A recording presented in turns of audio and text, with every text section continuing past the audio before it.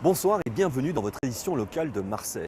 Les cinémas Variété et César vont-ils mettre la clé sous la porte? Les employés ne reçoivent plus leur salaire, le propriétaire des salles ne paie plus le loyer à la mairie. C'est maintenant la justice qui va décider de leur avenir. Combien de temps tiendront les salariés du César et des Variétés? Depuis 3 mois, ils ne sont plus payés. Les salles devraient fermer, mais ils continuent malgré tout pour faire exister ces deux emblèmes culturels de la ville. À l'origine, une gestion désastreuse du propriétaire Galeshka Moraviov. Les créances se sont accumulées, les copies de films n'étaient plus payées, idem pour les loyers impayés à la mairie qui possède les murs. Il doit plus de 300 000 € à la ville. Cette dernière se défend d'avoir été laxiste envers le propriétaire. Monsieur Moraviov a payé et puis s'est arrêté et puis donc les procédures ont mis du temps à et aujourd'hui il se trouve devant l'obligation de payer ses loyers ou de s'en aller. Le tribunal de commerce de Paris jugera s'il faut redresser ou liquider l'entreprise. Une audience a eu lieu hier. Le gérant des cinémas s'est dit insolvable. Il est à nouveau convoqué le 5 octobre.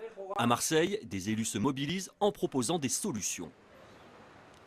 J'ai demandé à Audrey Azoulay, la ministre de la Culture, d'organiser une table ronde avec les salariés pour trouver une formule. Ce qui est très important, c'est qu'à Marseille, perdurent des cinémas d'art et d'essai. Le Variété et le César sont des cinémas qui ont eu du succès. Et il y a eu une rentabilité. Simplement, nous avons affaire à un exploitant escroc dont il faut se débarrasser. Le public se mobilise aussi. Une association soutient les salariés. Ils sont près de 600 membres aujourd'hui, auteurs, réalisateurs ou cinéphiles attachés au cinéma d'art et d'essai.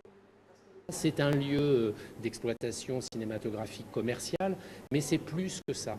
Et ce plus que ça, on se dit que c'est à la fois la possibilité de se regrouper et de défendre l'esprit de ce lieu, mais aussi de se projeter dans ce qui va forcément se passer une fois que la situation actuelle sera liquidée, si j'ose dire.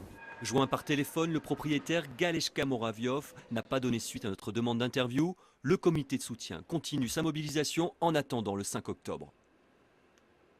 À l'heure du web, dans le 7e arrondissement de Marseille, on parie sur le livre. Une librairie indépendante ouvre ses portes dans un quartier où il n'y en avait plus depuis longtemps.